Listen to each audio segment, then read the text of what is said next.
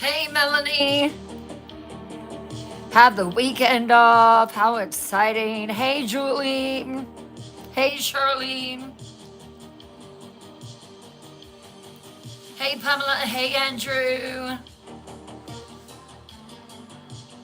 Glad you're listening too, Andrew. Hey, Palm. Do, do, do, do, do, do. Hey, Martha. Hey, Amy. Hey, Shirley. Hey, Sandy. Thank you for reposting. Hey, Cross Lady. Seriously, Cross Lady, I am so happy that it is. Hey, Anna. Hello, Diana. Oh, really, Gordon? Them? Oh, really?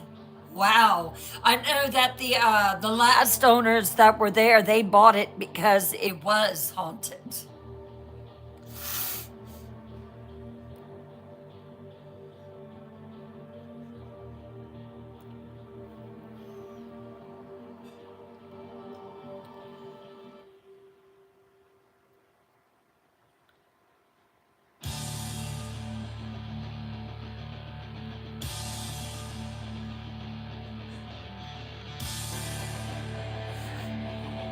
She's not comprehensive of her actions. I hear that.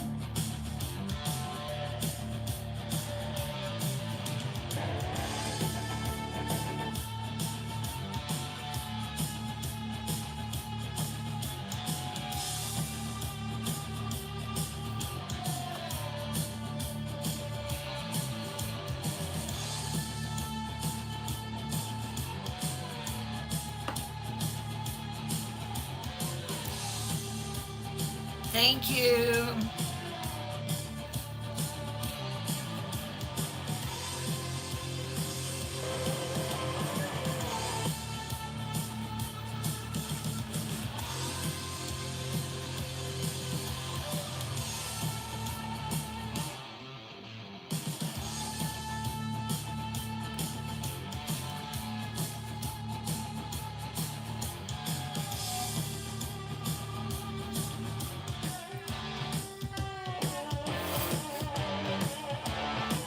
Hello, I'm not the one. Thank you for posting. Let's go ahead and do that first repost. Let's tag. Can we tag? I guess we can tag. Let's share to your story. Um, let's share it out. Share out the live. Let's start tapping the screen. Tonight is the final night of case number 5. Can you believe we're on case number 5? Case number. Thank you for the follow. Guys, we're growing. Seekers, we are growing. I have people reaching out to me and talking to me about these cases. And, you know, to be honest with you, I don't see anything else like it. So we've got something very special here. Let's nurture it and feed it and make it explode. Don't forget to sing your dailies, your hearts, and your go populars. It helps you out too. Hey, over there in the white channel.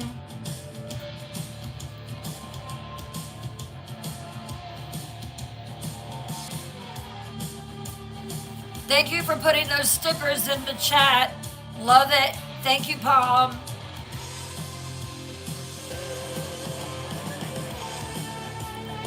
Everyone, share out the live. If you would, please. I'm starting to tap.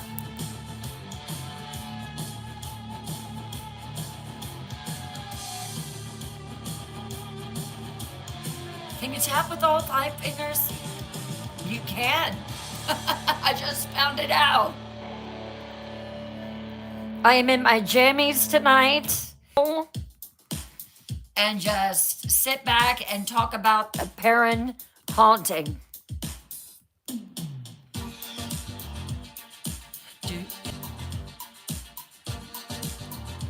I'm gonna need more water.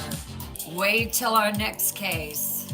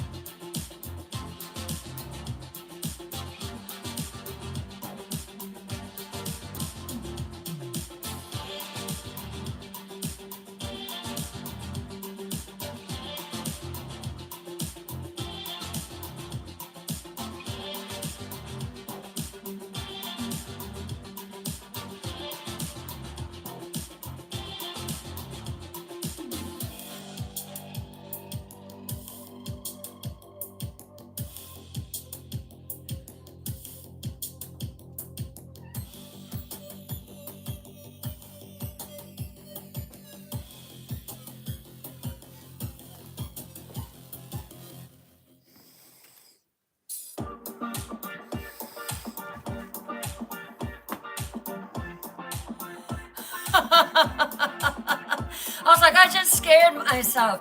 Hey, X. I know.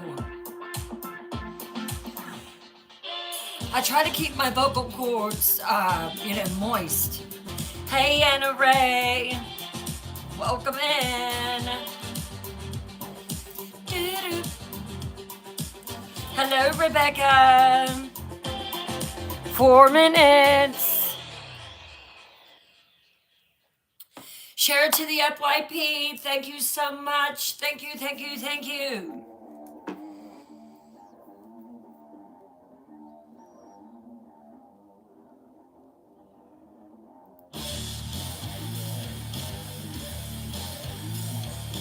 Hey, Pink.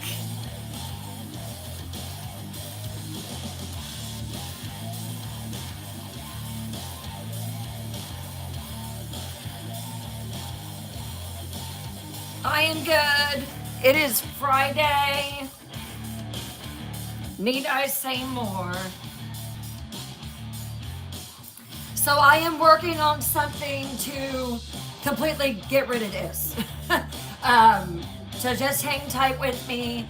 I'm working on a few things to make the show really pop. This is the Perron family.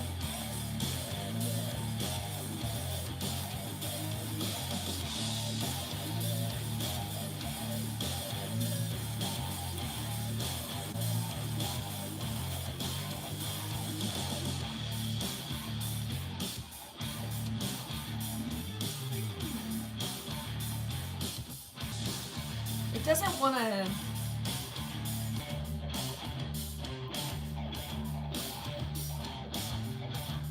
Does it look haunted?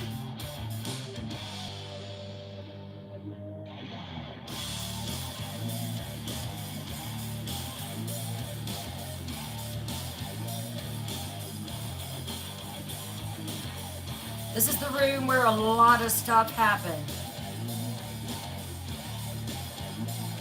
Right. It doesn't look haunted. When I first saw the pictures, I was like, that's the Perron house? And then I was kind of shocked.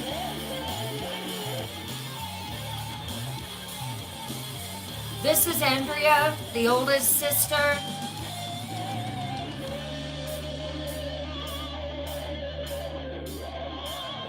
Hey, chick, come on. Come on, co-host. Come here.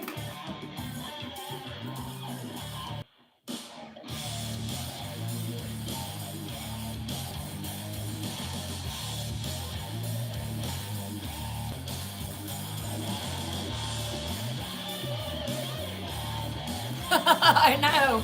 She's became like my.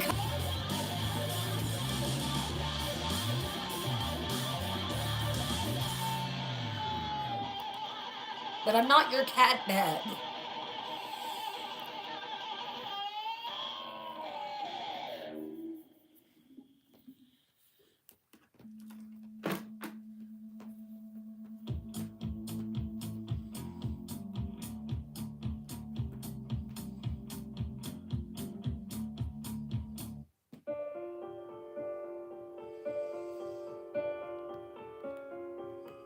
She is a sweetheart. Come here.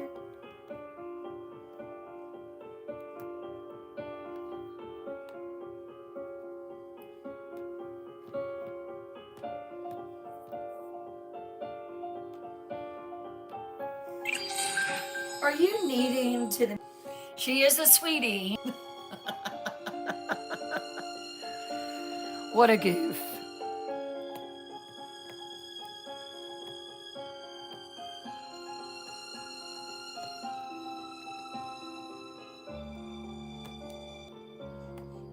Listen to the sound of boxes being packed, tape being pulled, footsteps through an empty house. A woman's voice, Carolyn Perron, older, exhausted, but relieved. Carolyn looks at her husband, Roger. Is that the last of it? Roger Perron, that's everything. The truck's loaded, the girls are in the car. Carolyn, then let's go. Let's go now before she...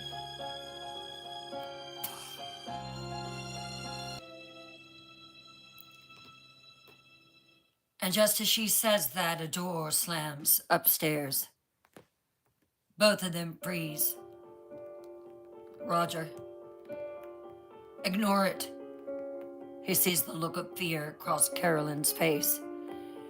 She knows we're leaving. She's angry. Just ignore it. And they hear footsteps on the stairs. Slow, deliberate, coming down, but no one is on the stairs. Thank you, Palm. Thank you for these lovely presents, everyone. Carolyn, she's backing toward the door. Roger.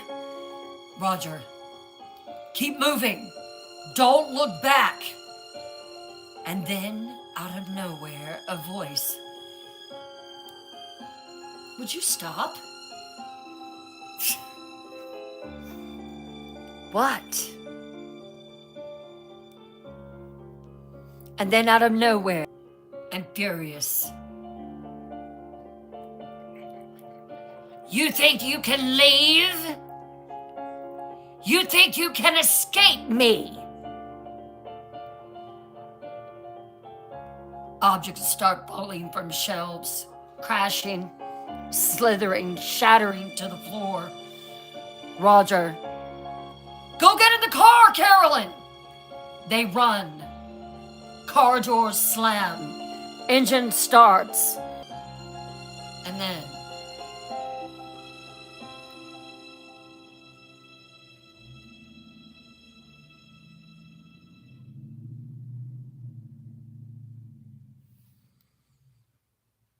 June 1980.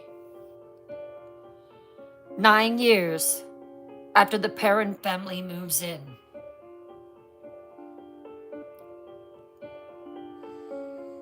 It's giving me a fit tonight. Try it again.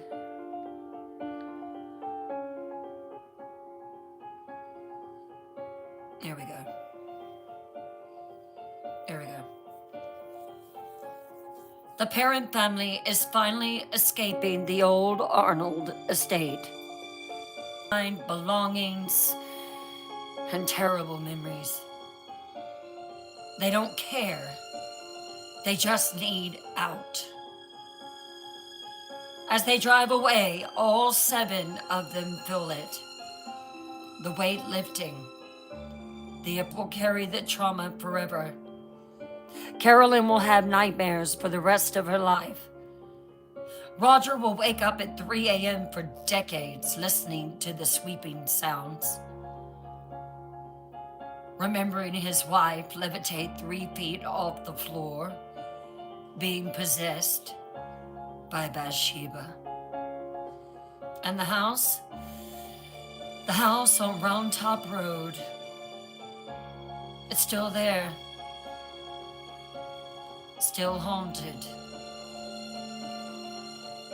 Still dangerous.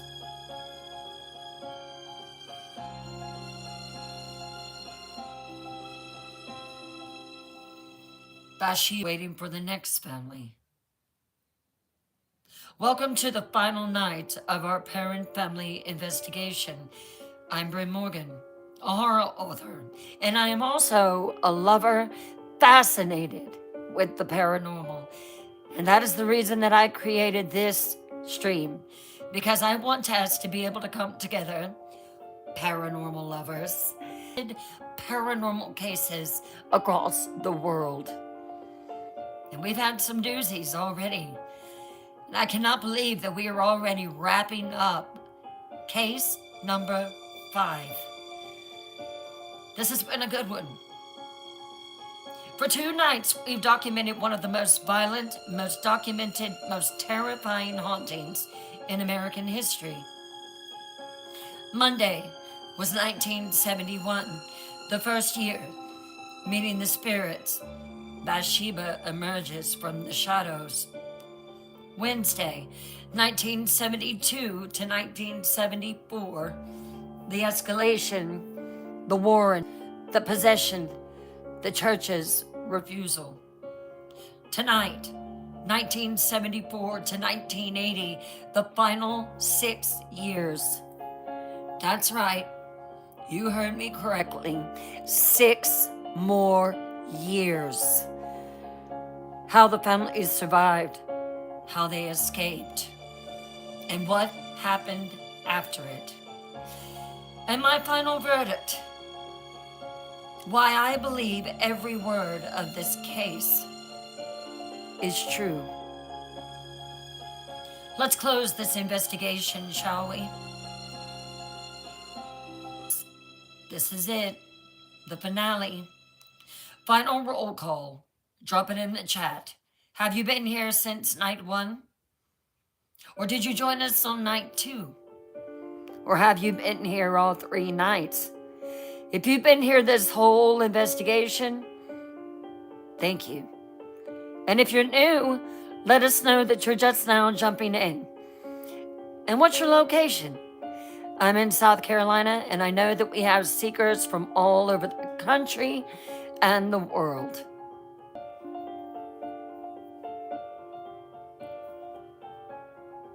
Hey, Kelly K.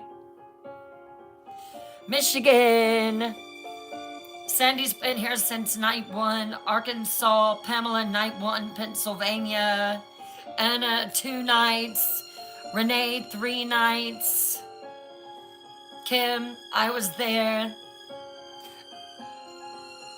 Bram's Booze, hello and welcome in. If you love the paranormal, if you like discussing the paranormal, you have found your tribe. Consider hitting that follow button and the notification bell and never missing another Paranormal Files Live. And welcome. Hello, Christina. Welcome in. Hey, Zoe. Welcome in. All over my face and now I'm all itchy. Hey, Tracy. Hello, Sunny Devon. Welcome in. Thank you for the hand hearts. Shirley, been here since night 1. Hey, Rose. Welcome in.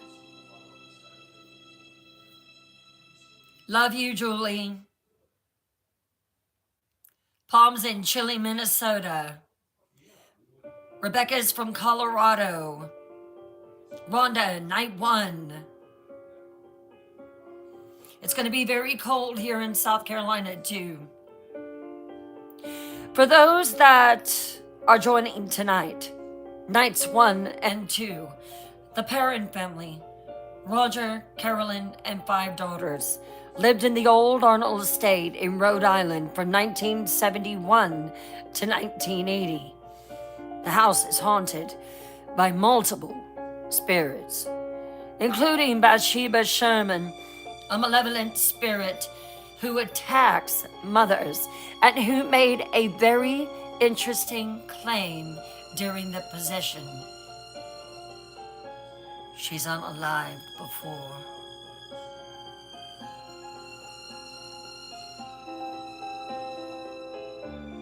And a demonic entity in the cellar. Carolyn was possessed during a seance with Ed and Lorraine Warren in 1974. They pleaded to the Catholic Church to do an exorcism, but the Catholic Church would not back it because the Perron family wasn't Catholic. The family has been financially trapped in a house. Tonight, the final 6 years, 1974 to 1980, how they survived, how they escaped, and what happened after.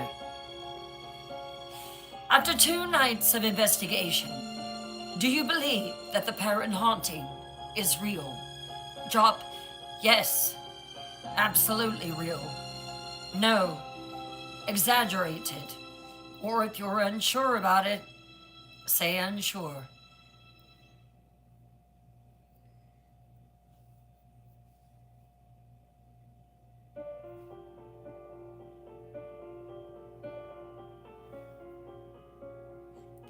Gordon says yes.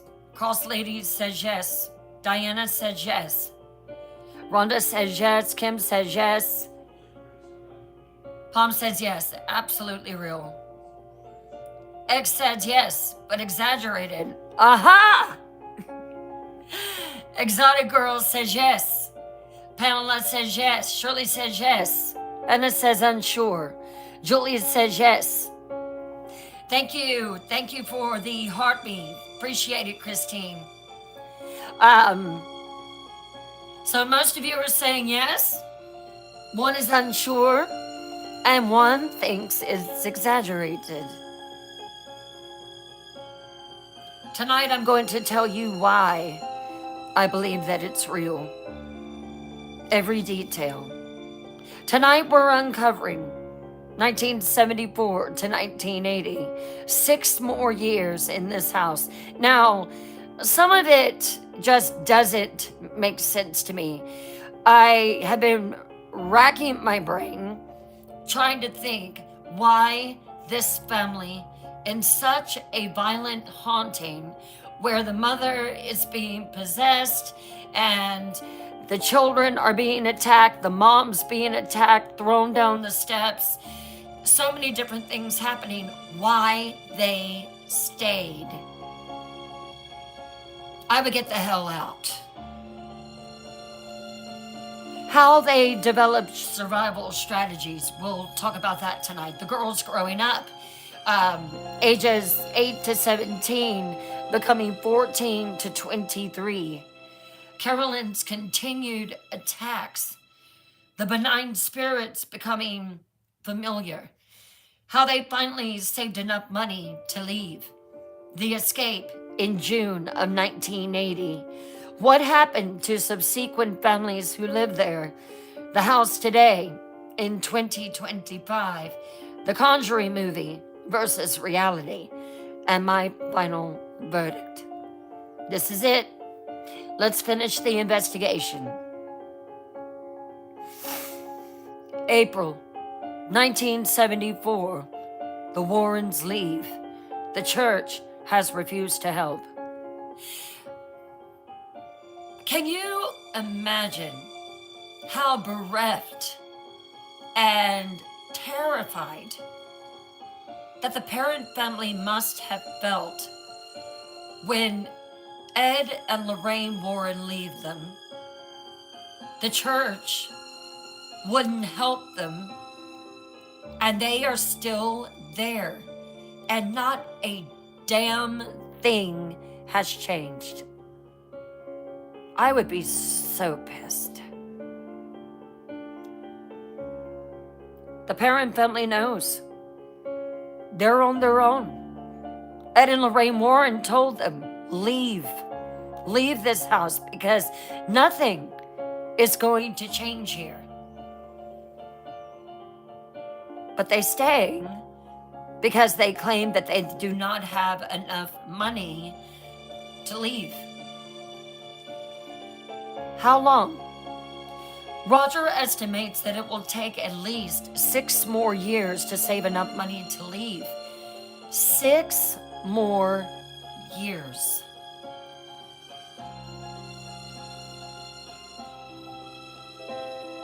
Let me show you how they survived. Strategy 1 was acceptance. The family stops fighting the haunting. They accept it. The house is haunted. The spirits are there. They're not leaving. So the family learns to coexist.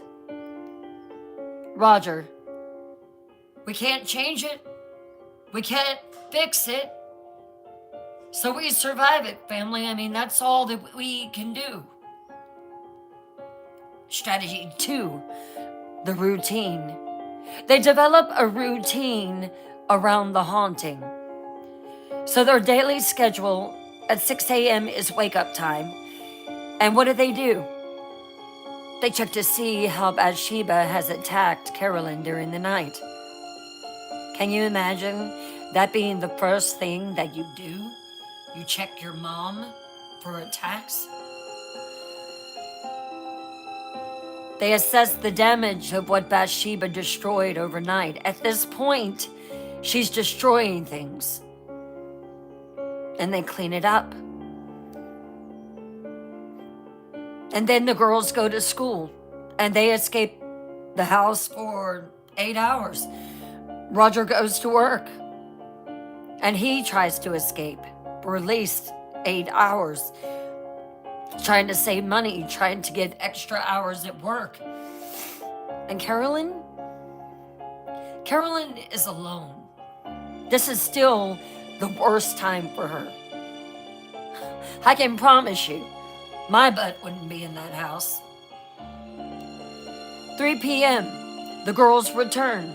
They check on Carolyn first because there are 2 times that Bathsheba attacks Carolyn at night when she's sleeping and when the children and Roger are gone.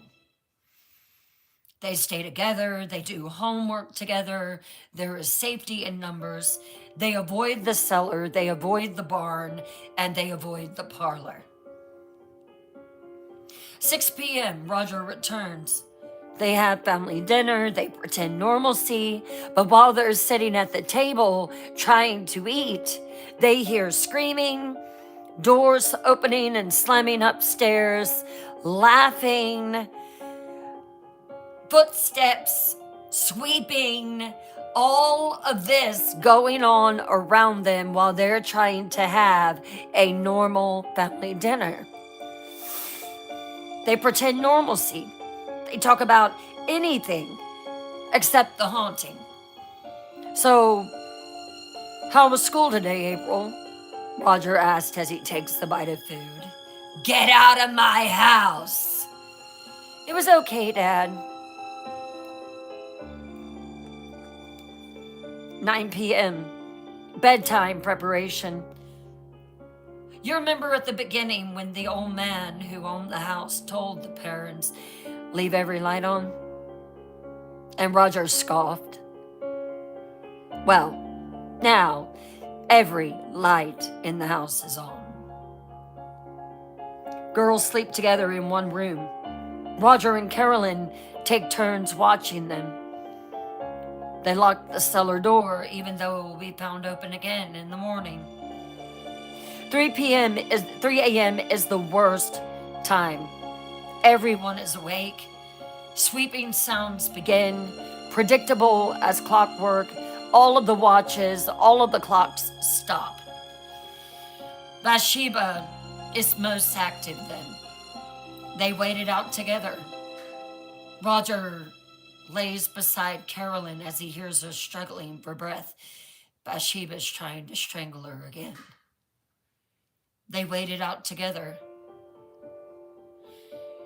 1 hour of pure terror between 3 a.m. and 4 a.m. in the morning, every single night.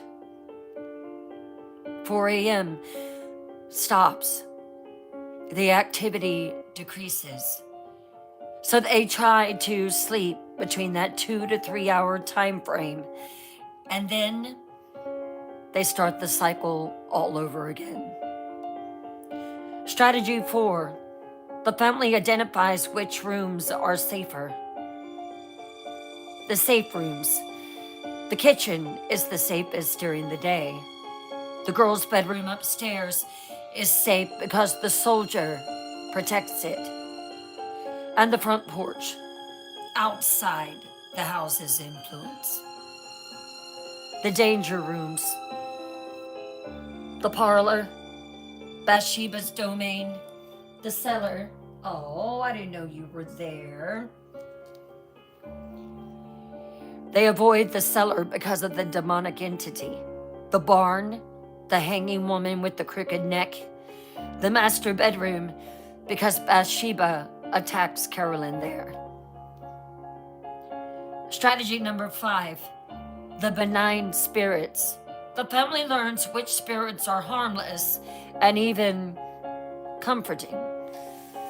The soldier still appears to the girls.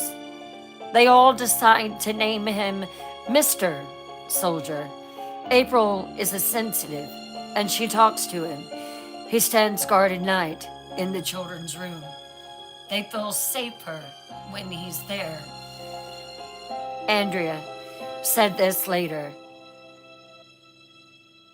I know it sounds crazy, but Mr. Soldier protected us from Bathsheba. When he was there, she stayed away. The little boy, Oliver. The girls are no longer scared of him. He still appears occasionally. Christine said later, I was never scared of Oliver. He was just lonely. He wanted company. We talked to him sometimes, tell him about school, and he would just listen and smile, and then he would just disappear. The weeping woman heard crying in the walls. She was sad, not threatening. She didn't show up that much, but when she did, she was loud. Carolyn feels sympathy for her. Theory, she lost her child, possibly to Bathsheba. Carolyn sometimes talks to her. I know you're hurting. I'm sorry. Strategy number 6. Roger protects Carolyn. He never leaves her alone for long when he's home. He checks on her constantly, physically intervenes during attacks when he can, and prays with her. Andrea protects the younger girls. As the oldest, she takes responsibility.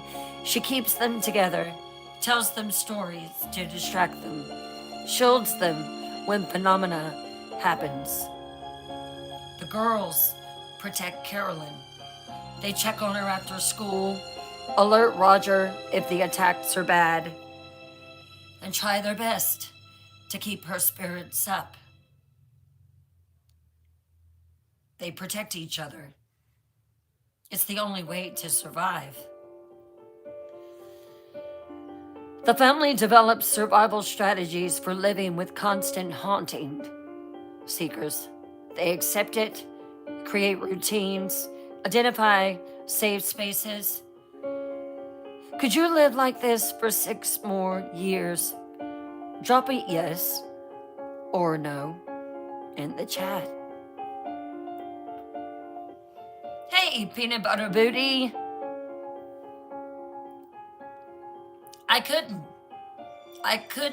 I would not. Hey, Leslie Marie.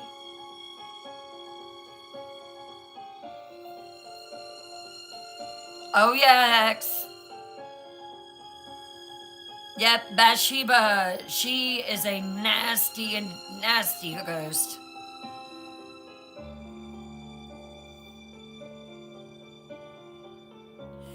Who said I'd be sleeping from the front porch? Oh, yeah.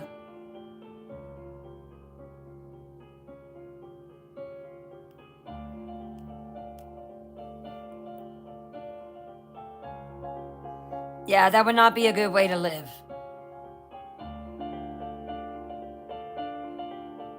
So, this is their life for 6 more years. Let me show you what that looks like.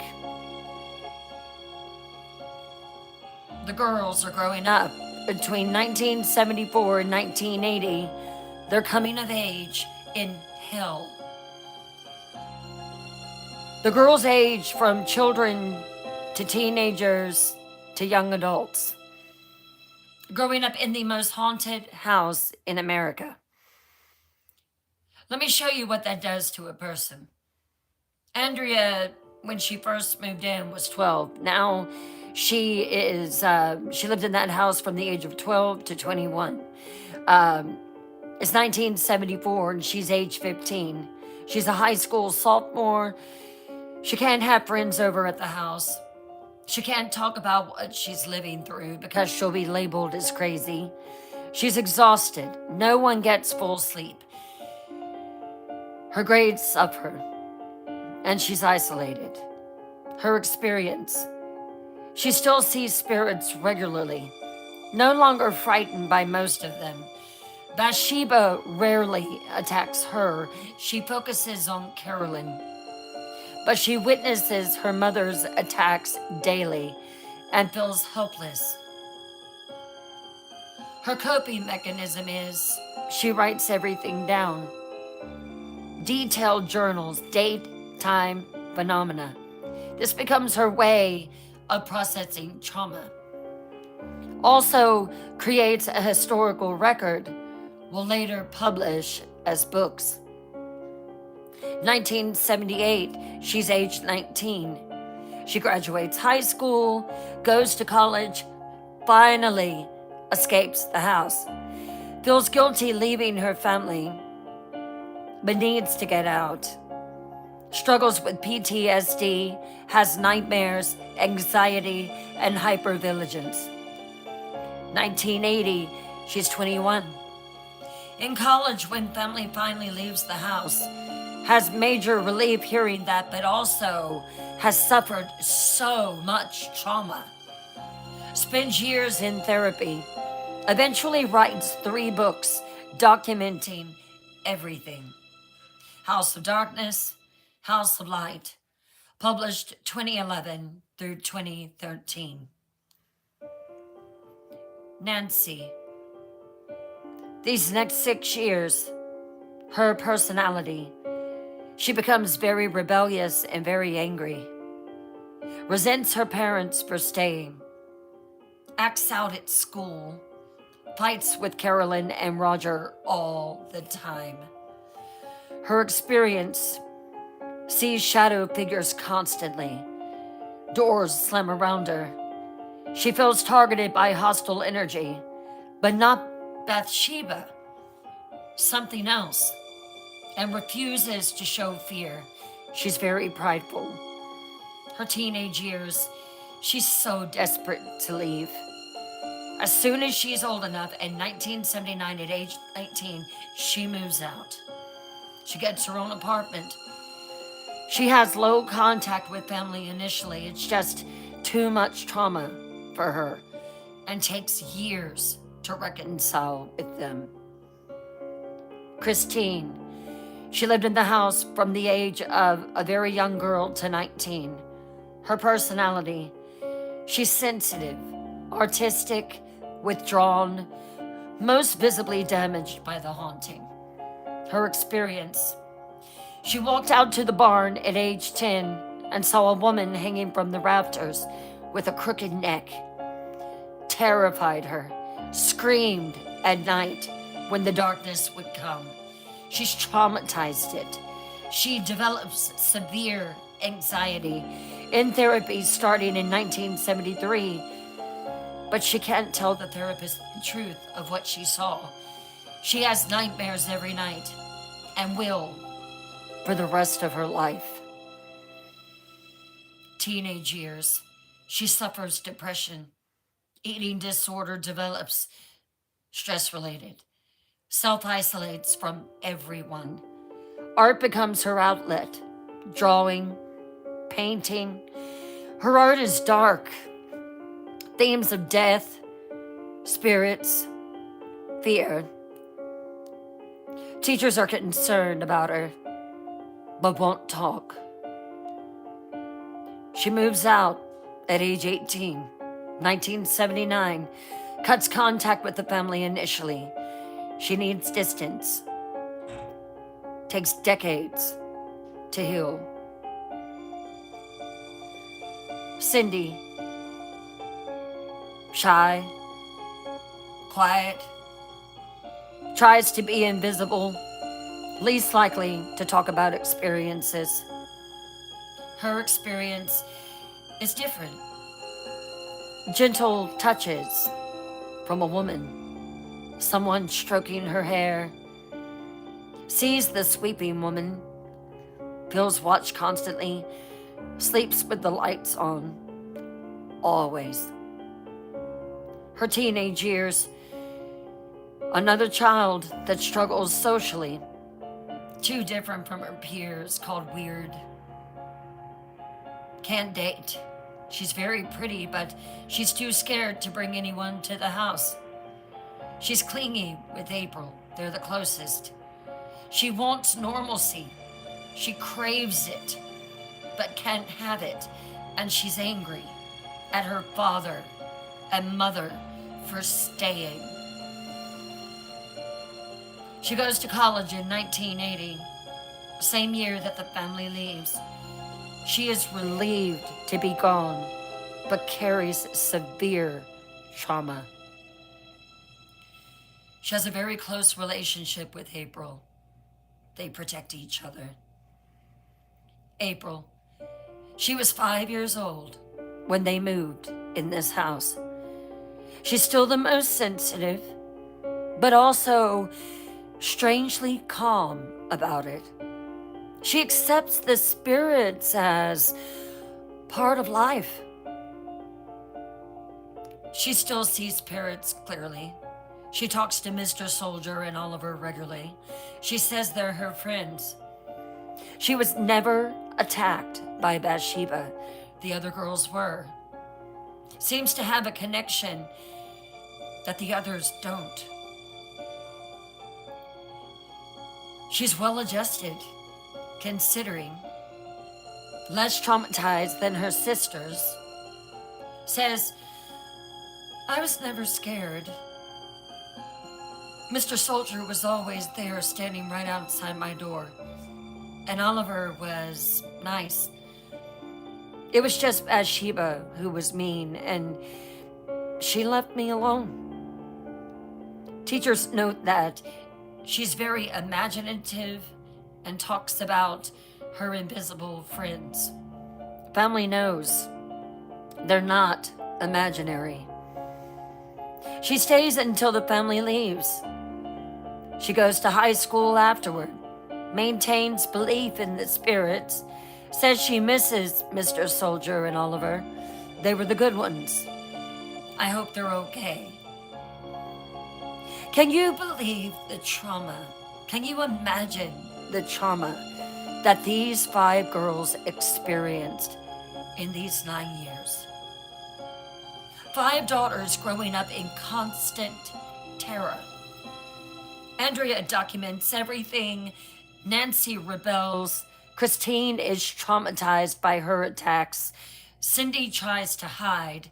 And April befriends her spirits. React to how haunting affects children differently. So, it's so different. You know, hearing each one of their faces, each one of their situations. Cricket, thank you for the follow. Hey, Mandy, how are you? Hey, Lulu. Good to see you back in. As a parent, I don't know I just don't know if, hey, too tweet to believe, I don't know if I could handle the guilt of it. I mean, I guess that's what really is hard for me to understand is why, why did you subject your children to that? I would resent them and I would not want to be around them. I probably would not have any kind of a relationship with them after what I was put through. I think it's very selfish.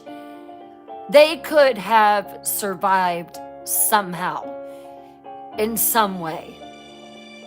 That is the part that I do not get.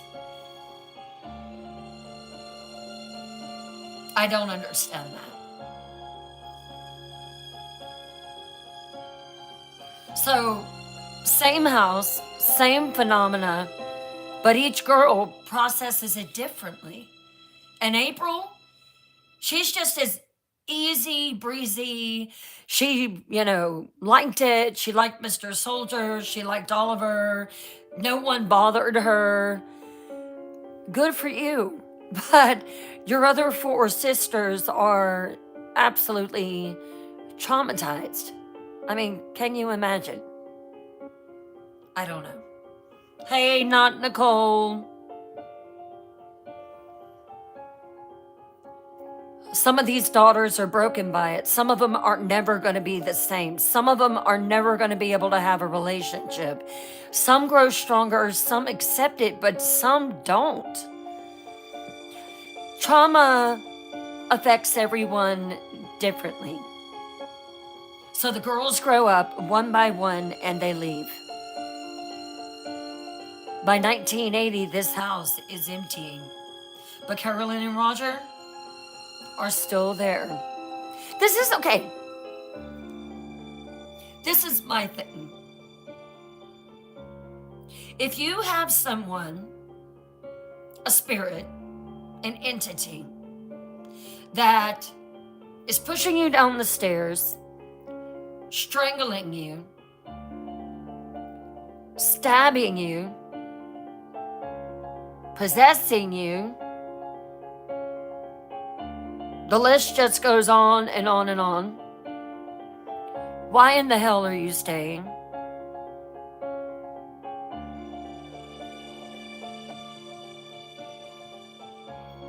I just shake my head at that.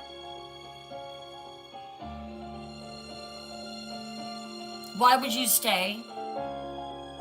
I can promise you one thing. My family wouldn't be there. And I sure as hell wouldn't be there. And Mr. Night Queen would not let me stay there. Just saying. They're still counting the days. How much money do you need to save? Just move out, find you a freaking apartment, and move out. Get out. Martha says they must like it. I guess so.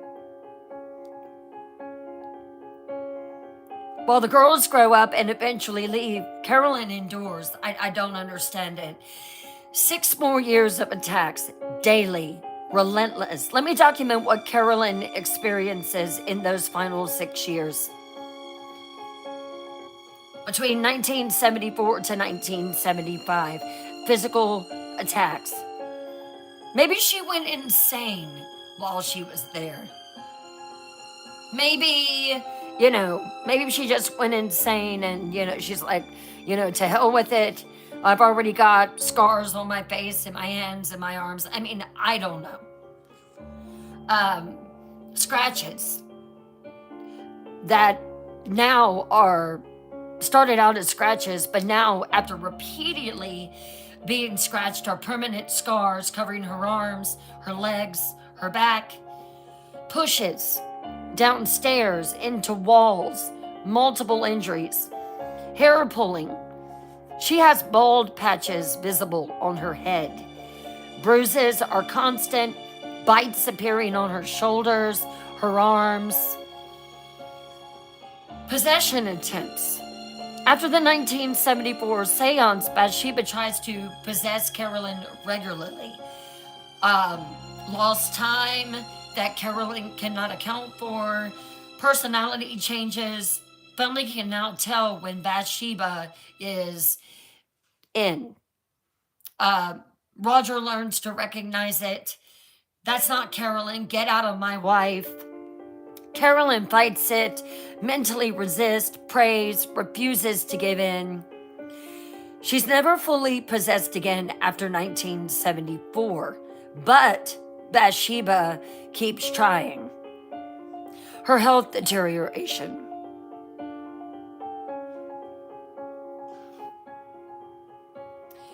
She went from 130 pounds in 1971 down to 85 pounds. She's malnourished, she's anemic, she's weak, she has chronic pain from injuries, she has insomnia that is severe, she has depression that is clinical, she has PTSD, hypervigilance, flashbacks, and nightmares. Between 1976 and 1977, there was an escalation. Bathsheba seems angrier as the girls start leaving. Andrea leaves for college, and Bathsheba is furious. Attacks on Carolyn worsen. It's as if Bathsheba is punishing Carolyn for losing the children. And then she's put in the hospital. Now, this is documented, so Carolyn is hospitalized twice, in 1976 and 1977. Once for physical injuries. She fell down the stairs and she suffers from broken ribs. Once for exhaustion and malnutrition. Doctors suspect domestic abuse from Roger. Okay, can you imagine this? That is a serious claim. That is a serious charge. Roger is now being accused of abusing Carolyn.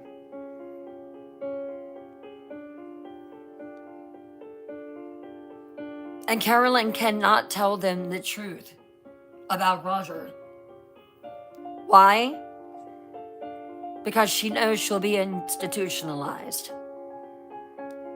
And Roger almost confesses, but doesn't.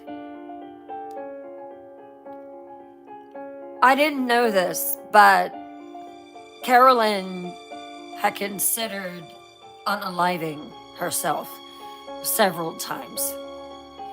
So she admitted to Roger, sometimes I just want to die. I just want to make it stop. She also said that Bathsheba would whisper to her, just do it. Just be done with it. Because if you don't, I'll do it for you. Roger, he would beg her, please don't. The girls need you. I need you. We're almost there. Just a little longer.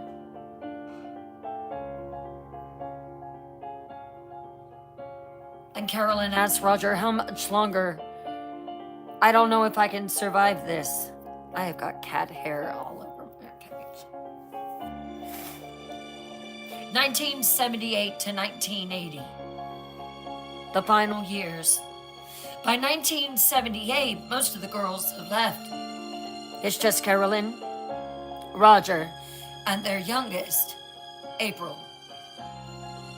The house feels emptier, quieter, but Bathsheba is still there.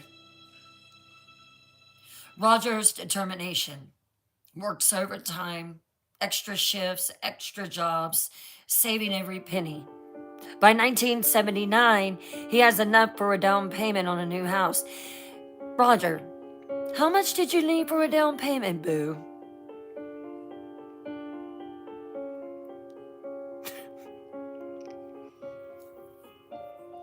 He tells Carolyn, one more year, just one more year, and we're out. Carolyn's survival. She endures.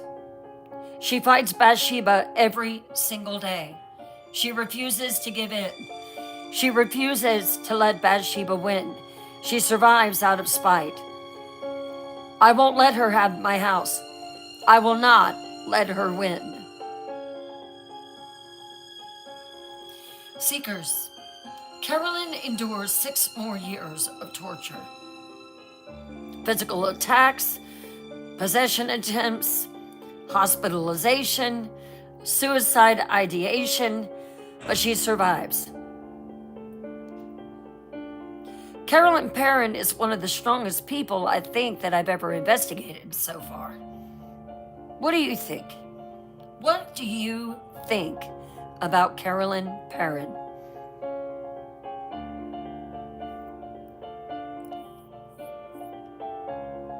Nine years of hell.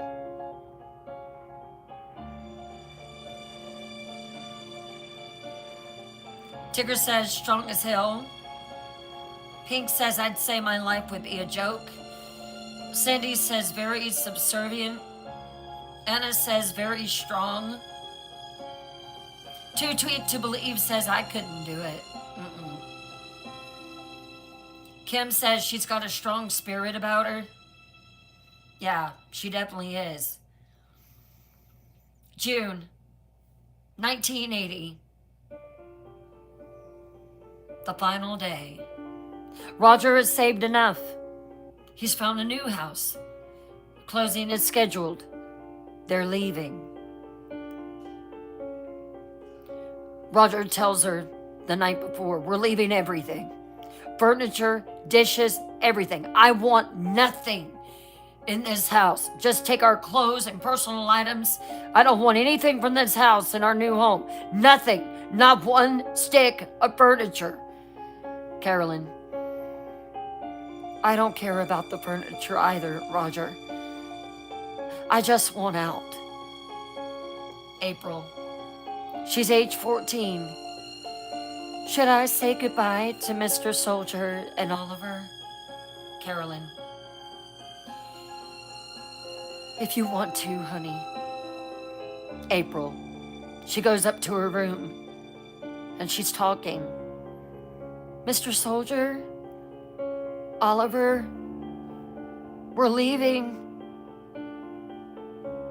Thank you for protecting me. I'll miss you. Silence. Then a sense of sadness in the room, like the spirits know. The family packs quickly. They don't want to linger. As they're loading the final boxes, Carolyn goes through the house one last time. Carolyn walks through each room and looks around. 9 years of her life in this house. The kitchen, where the cabinet doors would open and dishes would fly out while she was sitting at the table and would slice her forehead, her cheek, her arm. She remembers the doors slamming. She then goes to the parlor, Bathsheba's domain still, where the possession happened, the 2 seances, the cold corner. She knows she's there.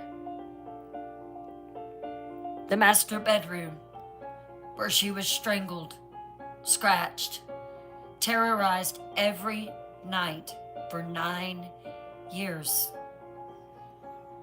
The girls' bedrooms. Her daughters grew up here, terrified. The cellar door, closed, locked. Whatever's down there is still down there. As she stands at the cellar door, she speaks to the cellar, to the entity below. You didn't win, Bathsheba. You didn't break me. I survived you, and I'm leaving. You'll never hurt me or my family again. A door slams upstairs. A rush of cold air comes down the steps. They can hear the footsteps. This house is yours now, Bathsheba. You can have it. But you don't have me. You never did. Roger has his hand on Carolyn's shoulder. He remembered when he carried her across the threshold. Now he's picking her up and carrying her outside. And then they hear it, the sweeping sound, one last time, coming from the parlor. Carolyn smiles, bitter but victorious. Roger, get me out of here.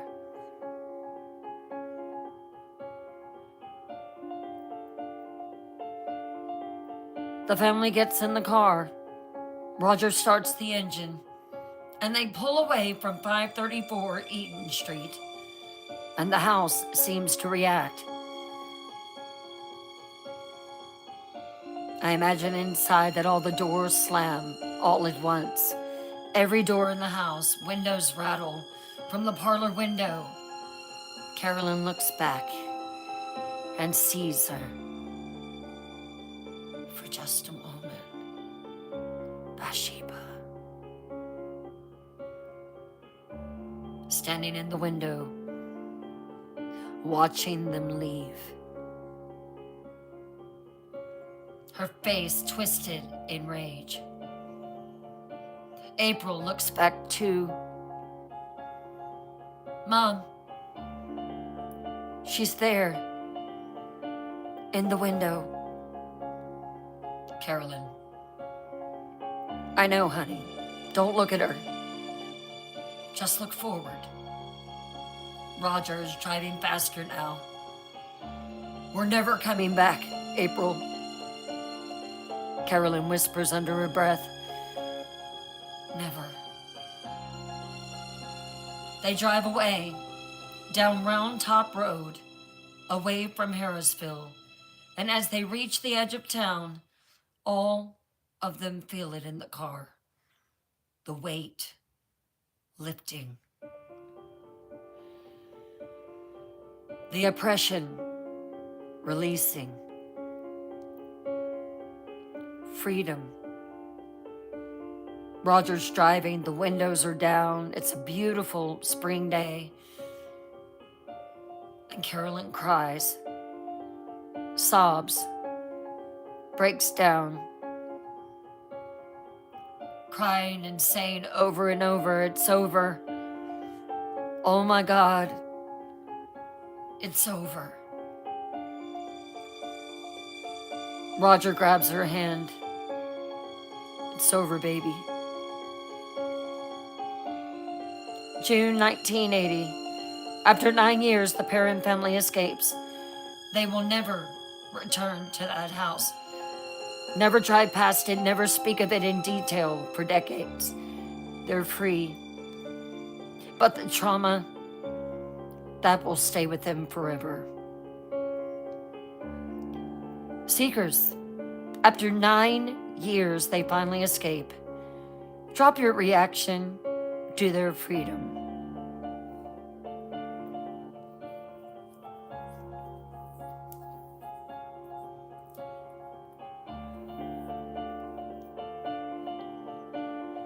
Jason Hall's group, yep. Just happy for them to be out of it, I guess.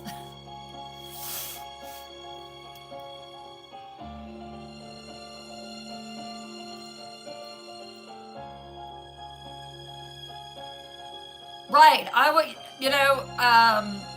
Palm says, don't taunt her, just get out, right? Hey, Rose. Pink says, I'm happy for them but frustrated. Kim says, what a relief. I was curious. Did the entity say that it was Bathsheba? I don't know that it did. Um, Let me see something.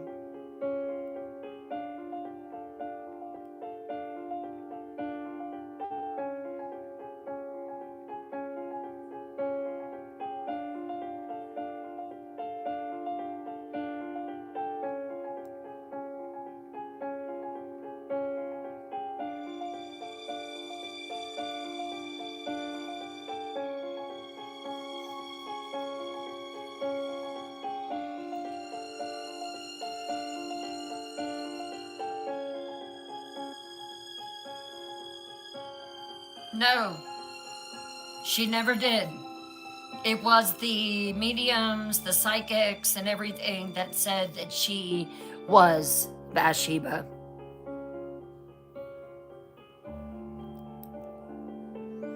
Lorraine Warren called her out as Bathsheba. Right, Shirley. Exactly.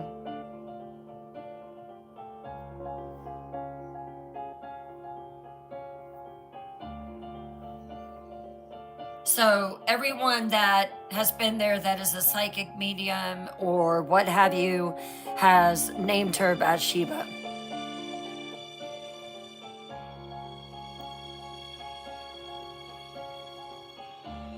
They made it, they survived. But what about the house? What happened after they left? June 1980.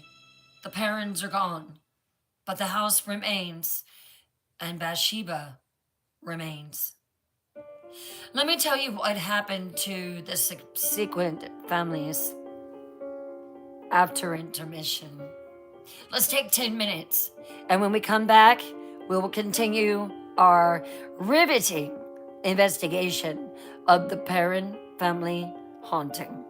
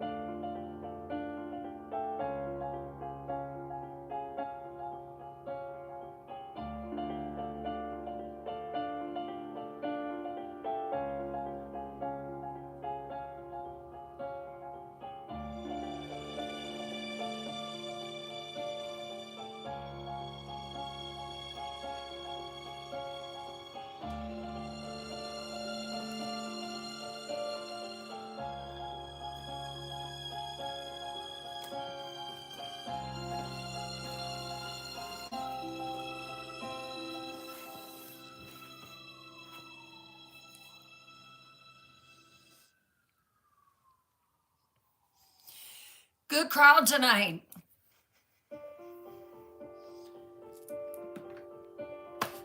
Thank you, everybody, for the support. Thank you for sharing. Thank you for reposting. Thank you for the FYF. Thank you for the presents. Thank you for your presence here.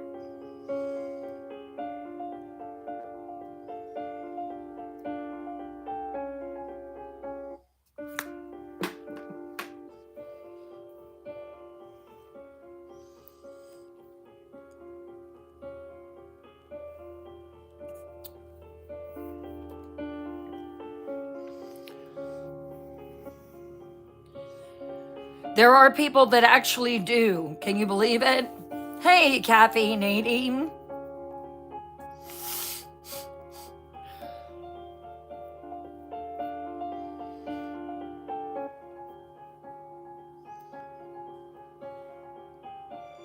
Right, yeah. So Lorraine called her out as Bathsheba.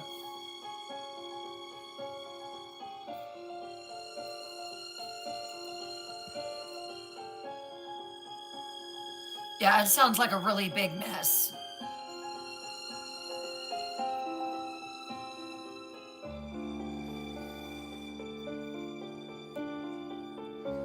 Says sold, but in December 2025, a lawsuit was filed.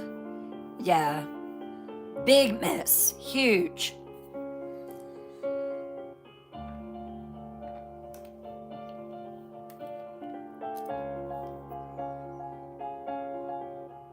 Four minutes.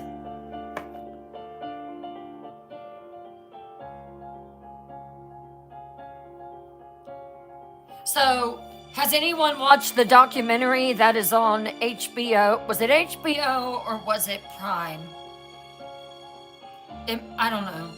I watched so many streaming things about it, but it might have been Prime, but it was these three huge paranormal investigators that are on YouTube. Each one of them have their own channel, and they went and stayed 2 nights at the Perron house, and I mean I call it the Perron house, but and they experienced rocking chair moving, rocking on its own, disembodied voice in the cellar. That place is creepy. I do love the old architecture of the house, though, the low ceilings, the beams, and they picked up one entity that was basically telling them to F off. Who has watched that? I think Julie watched it. Did you see that, Lulu? Yeah, so,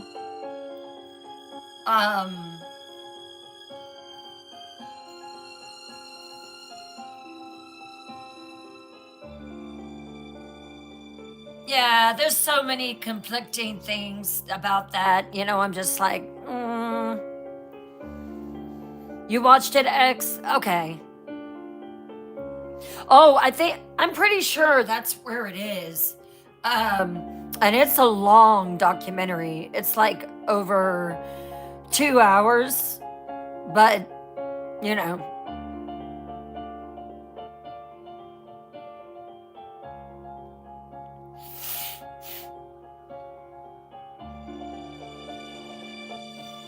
But it's pretty good.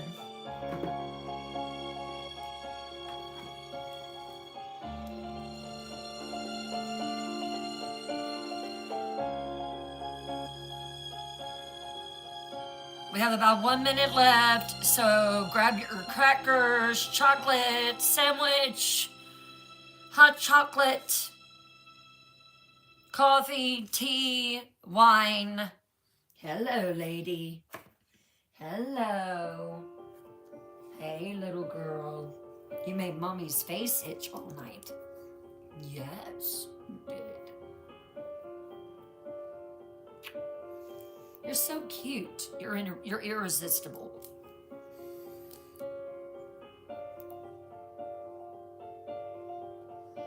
Hey, Cherish. Oh, thank you, elevated goddess. This girl, she's my co-host.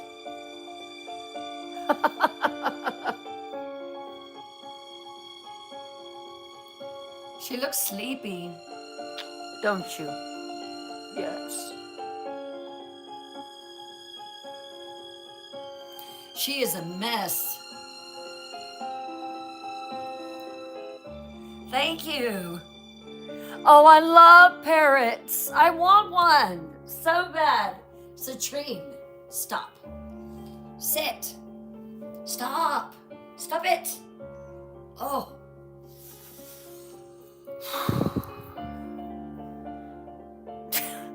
She is hitting me. Thank you, Hopi Love. She is hitting me in the face with her tail.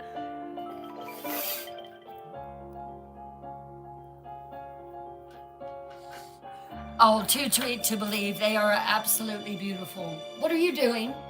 Are you chewing an earring? Citrine.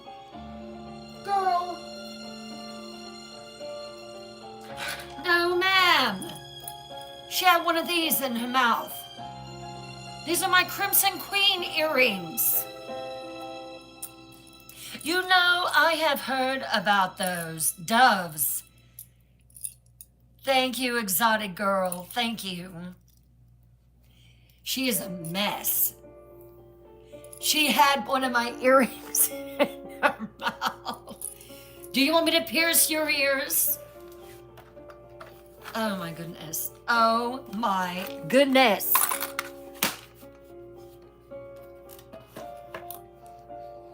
And now she's taking up my armrest. Now I can't even put my arm down.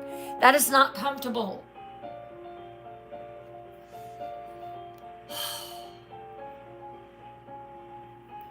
Oh, she grooms your birds? Bird lady? Oh, that's awesome. Rhonda, you can have her.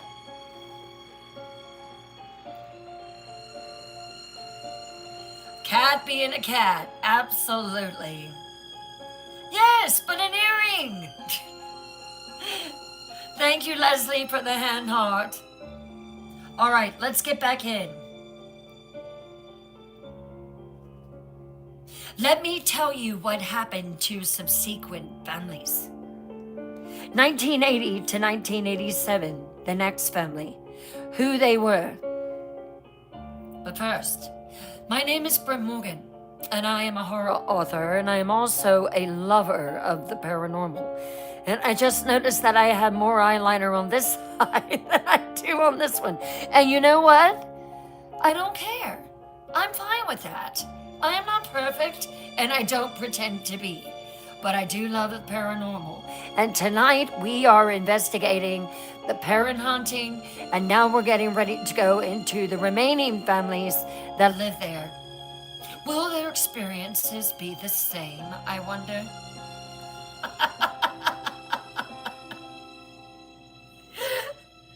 Love you, Julie. Thank you, Tigger. Did you notice? Did anyone notice this? Whatever. Maybe it will start a new trend. Eyeliner on one eye.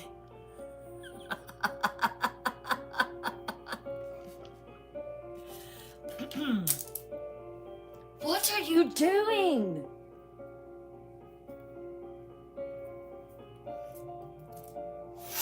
She's over here just knocking stuff off to knock it off now. No! No!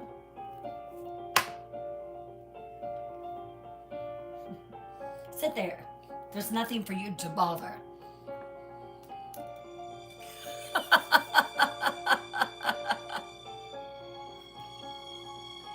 Now she's irritated. She's swishing that tail back and forth. She does want the attention, Julie. That is exactly what it is. So, who they were. The names are not public because they want privacy. And I really cannot blame them. The family of 4 were parents and 2 children. They bought the house unaware of its history. And this is interesting. The parents did not disclose the haunting because it was legally complex. And I don't think she's the halftime show. There you go. You are the halftime show, Citrine. This is what they experienced. Now, this was a family of 4, mom, dad, 2 kids. First month, sweeping sounds at 3 a.m. in the morning. Just like the parents. Doors opening and closing. Cold spots. Feelings of being watched. Objects moving. First year. Now, okay. Did I say okay enough? First month, they're experiencing the sounds, the doors opening and closing, cold spots, feelings of being watched, objects moving, and they stay.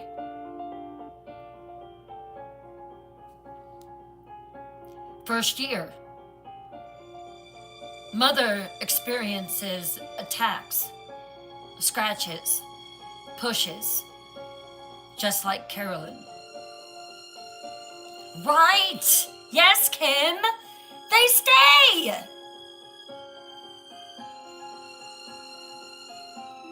Children see spirits. A soldier and a little boy. Father initially is skeptical, but then he's convinced. Phenomena are consistent with what the parents reported. And guess how long they stayed? 7 years. They also were financially strapped, spent savings on the house, trying to endure it, love the land, love the house. Eventually, the mother has mental breakdown and is hospitalized, and the family moves out suddenly. In 1987, they sell the house at a loss and refuse to discuss it publicly. What do you think now?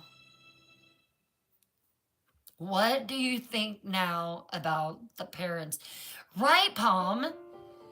What's with these people? 7 years. What are you thinking? Yes, Shirley. Yes.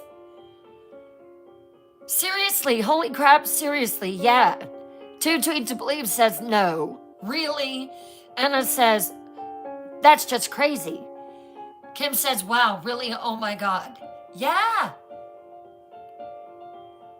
Right. It is like the house gets a hold of them. It's like it is an obsession for them. 7 years. Wow, these people are weird, Pink says. 1987 to 1995. Multiple short-term owners. That kind of changed it up a little bit, right? So now you're thinking, okay, the parents stayed there for 9 years. This other family stays there for 7 years. Maybe they're not, the parents aren't as crazy as we thought. The pattern. The house changes hands multiple times. No family stays longer than 2 to 3 years. All report phenomena. All leave suddenly. Okay, all leave suddenly. Okay, suddenly to me is like overnight. Not 2 years, 3 years, 7 years, 9 years. The house gains a reputation in the area as being haunted. And it becomes extremely hard to sell. 1995 to 2019, continued activity. So Multiple families own the house. The phenomena continue. They probably rented it out eventually. Sweeping sounds. Every reporter, every owner reports this. All of them. Doors in cold spots. Doors opening and closing. Cold spots. Attacks on moms. The pattern is consistent. Children seeing spirits, the same ones that the Perron children saw. Seller remains terrified. No one goes down there. 2019 to present, current owners, who they are, and they don't care, whether they're known or not. Corey and Jennifer Heinzen. I believe that they were the ones that were on the video, the documentary that I watched. They purchased the house in 2019 and paid $439,000 for it.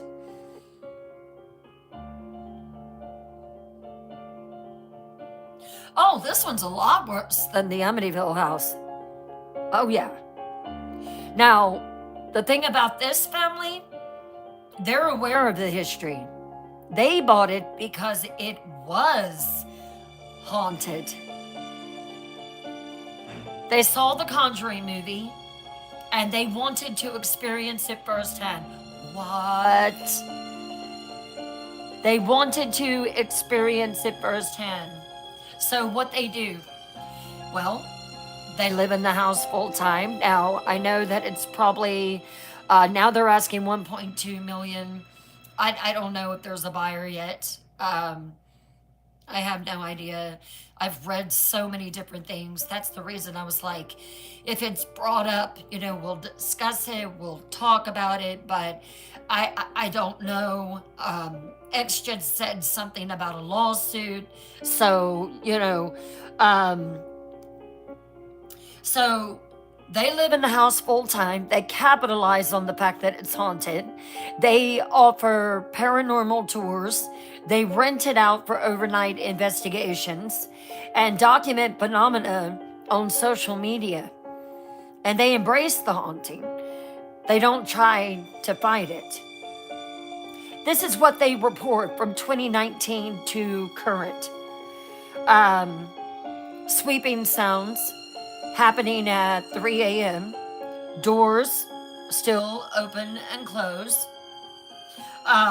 Cold spots remain. They've captured phenomena on camera. A rocking chair rocking. I saw that on the documentary. Shadows moving. Doors slamming. Voices on audio. When the 3 paranormal investigators were there, they heard a male spirit, and he basically said, "Blank you." They feel presences constantly, and Bathsheba is still the most active entity. So Jennifer, who is the wife that lives there, she says, Bathsheba is absolutely here. I have felt her. She doesn't like me. Maybe the reason that she doesn't attack me so much is because I don't have kids. Possibly. She's not a mom. Corey, the seller is the absolute worst. There's something down there, something that is not human. They've had multiple paranormal teams to investigate this place. And most teams confirm that the house is actively haunted. Some investigators refuse to return. It's just too intense. I know on this documentary that I saw, one of the investigators received a text from another investigator that mentioned his name and said something about the entity that was there mentioned his name. His name was Matt. I remember that. And something about the number 7 and to be on guard. Um, you would have to watch it, but that was very interesting to me. So the house is still haunted in 2025, and I don't think it will ever not be. 53 years after the parents moved in, Bathsheba is still there. The seller entity is still there. What is the pattern here? Seekers. Oh, yeah, they want to be famous.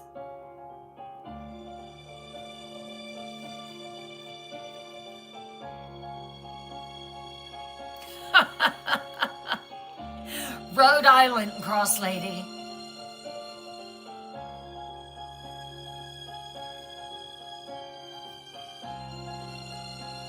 They did make a documentary. It's on Prime, so you can go on there and watch it. I was getting it confused with Robert the Doll. Robert the Doll is on Max, and the haunting of the Conjuring House is on Prime.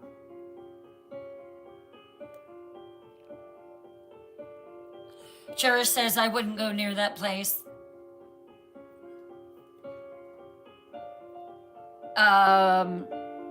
Pattern is destroying families. Crazy people wanting to be famous. Why don't they just burn it down, right, Tigger? Cherish, completely different coach, just about as far as I can get from it. Thank God. Etna says, okay, cool, gonna watch it next. Yeah, it's good. It's interesting. So, every investigator that goes there says it's haunted. The phenomena are consistent across multiple families over 53 years.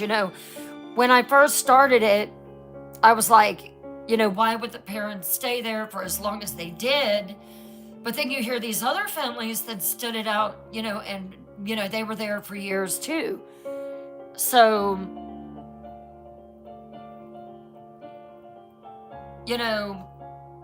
is it just the house that's haunted? Is it the land that is haunted too? Is it perpetual?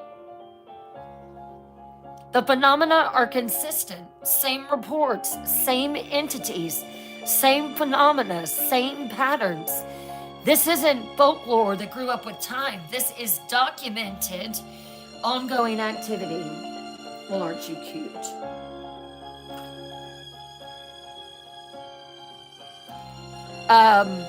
The house on Round Top Road is haunted. Still. Right now. What? I can't love on you right now. Hollywood versus reality. In 2013, Warner Brothers releases The Conjuring, a horror movie based on the Perron family haunting. Let me break it down. What's real and what's Hollywood? The family. Roger, Carolyn, the 5 daughters is accurate. The basic personalities of the family are accurate. The financial trap, they swear up and down that they could not leave, that is accurate. The exhaustion, the trauma, accurate. The house, the old Arnold estate, Rhode Island. It's an accurate location. Built in 1736. Accurate. Multiple rooms, large property, accurate. Isolated and creepy, accurate. The spirits. Multiple spirits in the house, accurate. 8 total. Bathsheba Sherman as main malevolent entity, accurate. Bathsheba attacks mothers, accurate. Benign spirits present, soldier, boy, etc., accurate. Something demonic in the cellar. Accurate. The phenomena. Sweeping sounds at 3 a.m. Everybody says it, so it's accurate. Lulu, thank you for watching the live for 400 minutes. Thank you. Hey, Nikki. Doors. Cold spots. Objects moving. Accurate. Scratches, bruises, physical attacks on Carolyn. Not only on Carolyn, but other women in the house as well. Accurate. Children sensing spirits and seeing spirits. Accurate. Possession attempt. Accurate. Ed and Lorraine Warren, they did investigate the Perron house, so that's accurate. They did conduct a seance. That is accurate. They filmed the possession.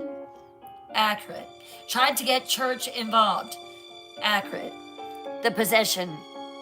Carolyn was possessed by Bathsheba during the seance. Ow! Hello?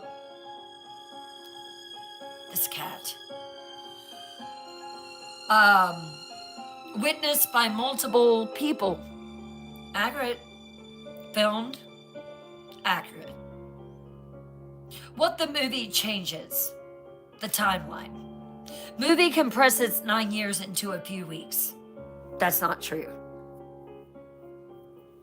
In reality, years of slow buildup. Movie makes it seem urgent and resolved quickly, and that's just not the facts. She always wants attention, exotic girl. She is cute. The exorcism. So in the movie, Ed Warren performs a successful exorcism, saves Carolyn, and the family stays in the house happily. So, not accurate. Reality. The church refused to help. No exorcism ever happened. Family was trapped for 6 more years. They escaped by leaving and not by defeating Bathsheba. Yes, Sandy. The ending. The movie. They show a very happy ending. Roger and Carolyn embracing, the girls laughing.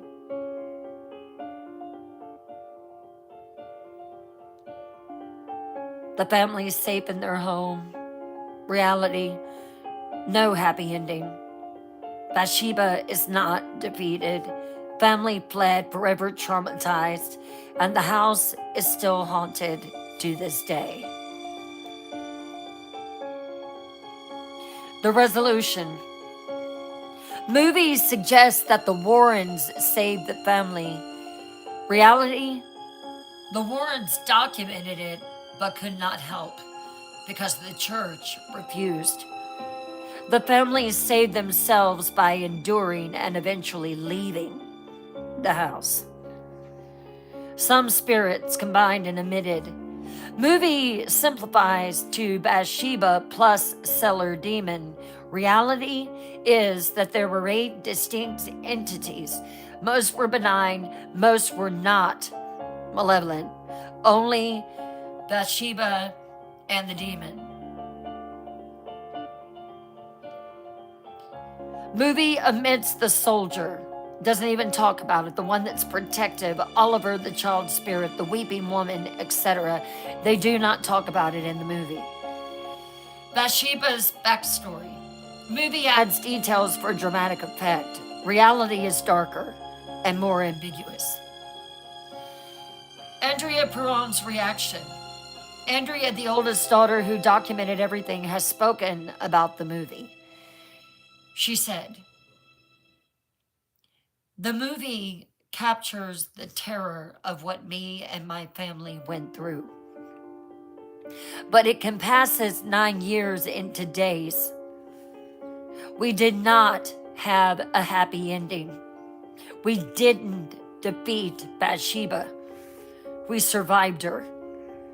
We endured and we escaped. But the house is still haunted Bathsheba is still there. The movie gave people the ending that they wanted. Reality doesn't work that way. The Conjuring is a good horror movie, seekers, but changes the ending. In reality, there was no exorcism, no defeat of Bathsheba, no happy ending, just an escape. Does this make the real story more or less frightening for you? Drop in the chat. More frightening because evil won. Less frightening because the families survived. Or the same. Still terrifying either way.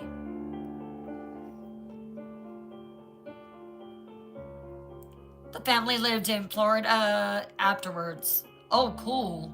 I hope they moved to the beach.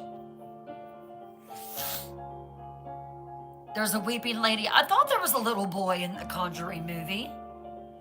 Hey, Queen Loyal. Thank you for becoming the number 52 fan in the fan club. Thank you for the heart me. Thank you. And to me, it's more frightening because it was, not what the movie portrayed. I love that poem. Evil kept the house, but the families survived. Yeah. Kim says, more frightening because the house and the land is still haunted. X says, I can't watch that movie. I'm too scared.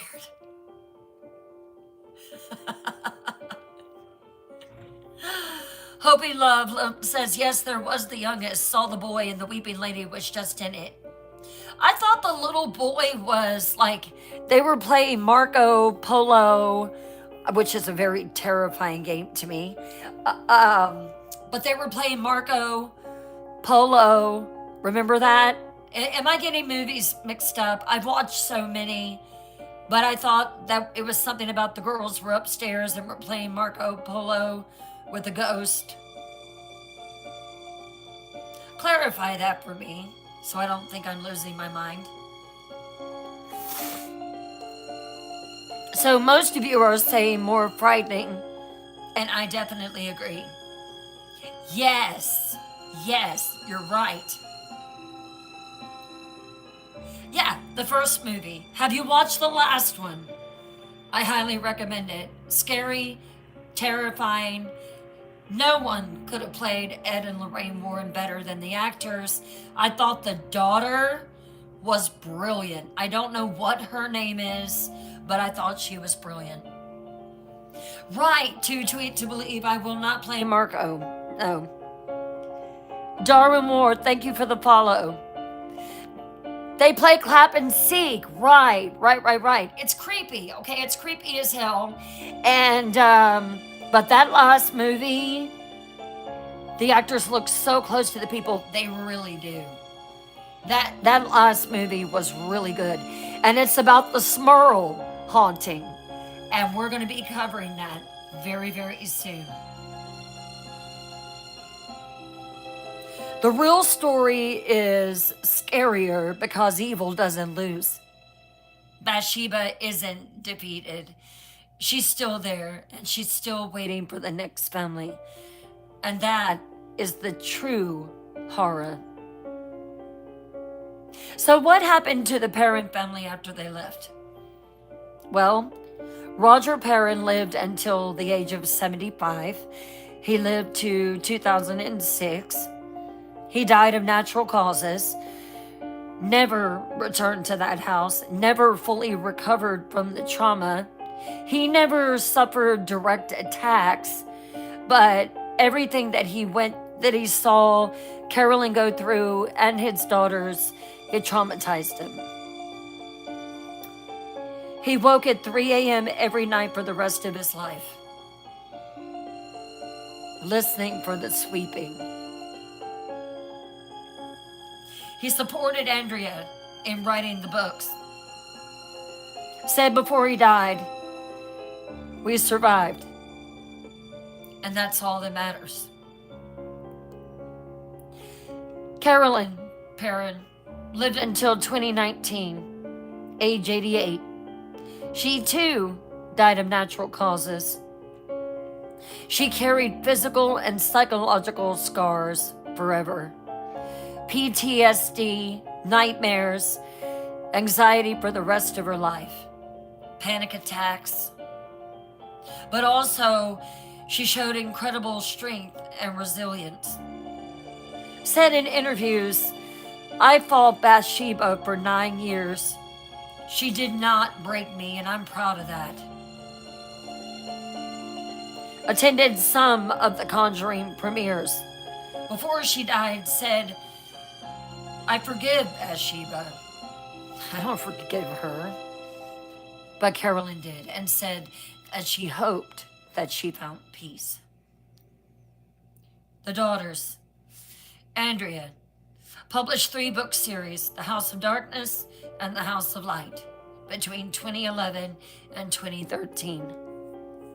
Thousands of pages documenting everything in her diaries.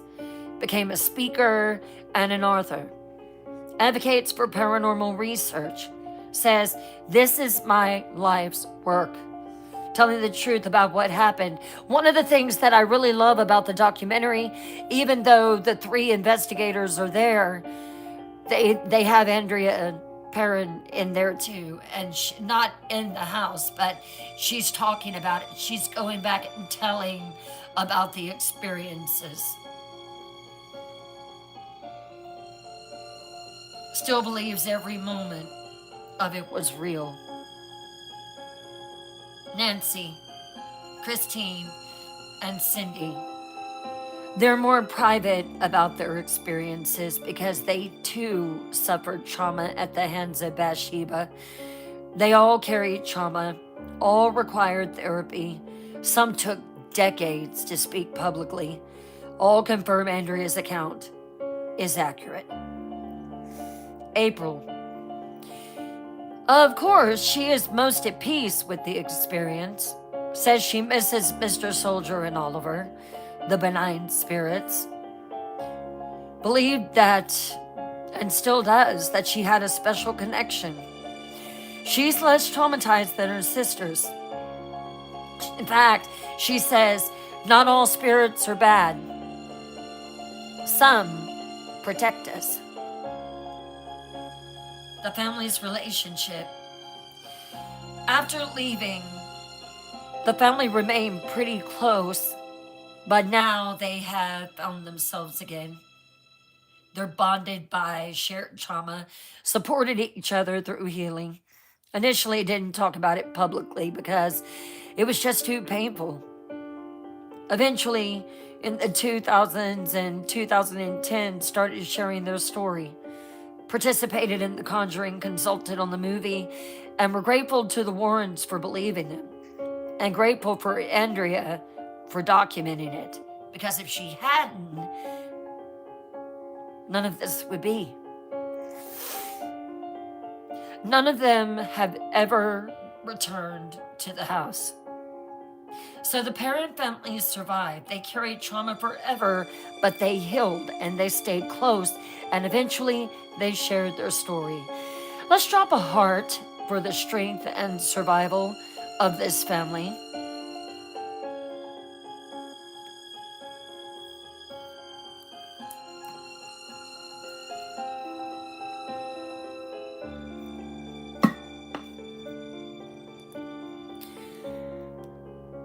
So this is my thing.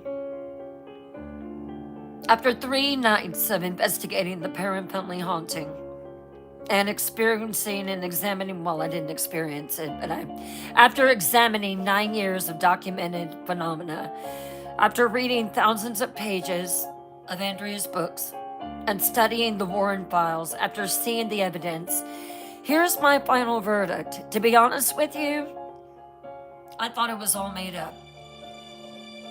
I did. I did not understand why a family would subject their kids and themselves to 9 years of torture and terror and darkness and evil. And then I started reading about the other families.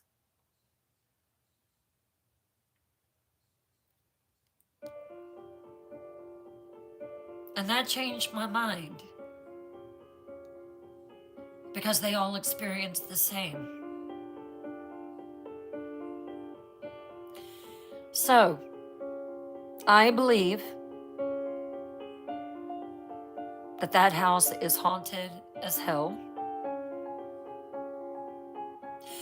I believe that the Perron family haunting is real. There could have been some things that were embellished, maybe.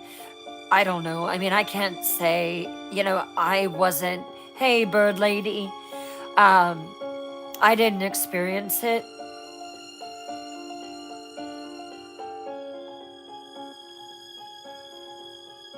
But I do believe that the haunting is real. So, I guess the thing that got me about this was the consistency of it. 9 years, same phenomena, same patterns, same entities, not just with the parents, but with the families after that. 7 witnesses, an entire family, all reporting the exact same thing. Multiple outside witnesses, neighbors, friends, the medium, Ed and Lorraine Warren, police officer Brad, who was present at the 1974 seance. Consistency across years and across witnesses equals credibility to me. Evidence 2. Andrea Perron, she documented everything. Daily journals from 1971 to 1980. Dates, times, specific incidents.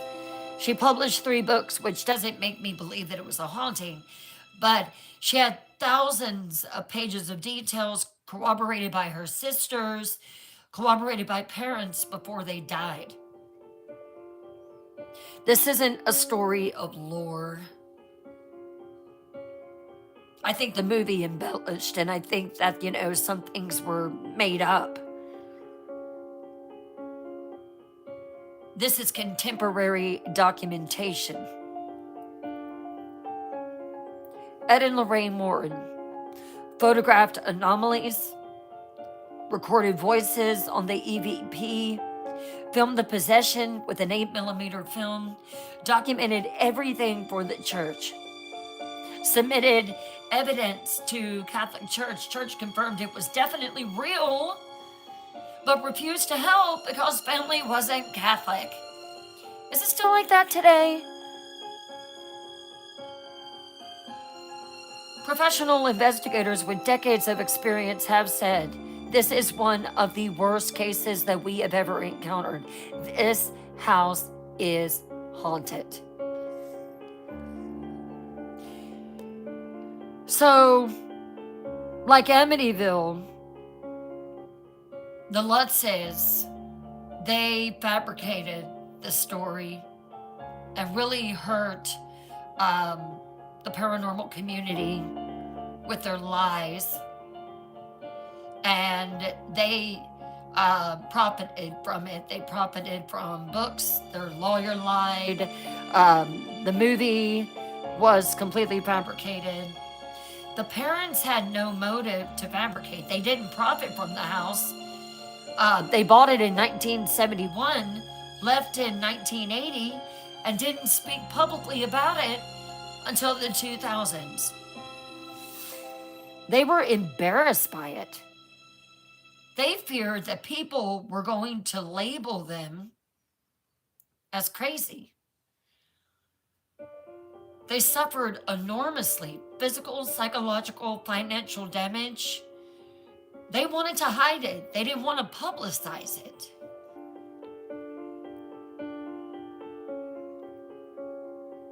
Andrea did not publish her books until 40 years later, between 2011 and 2013.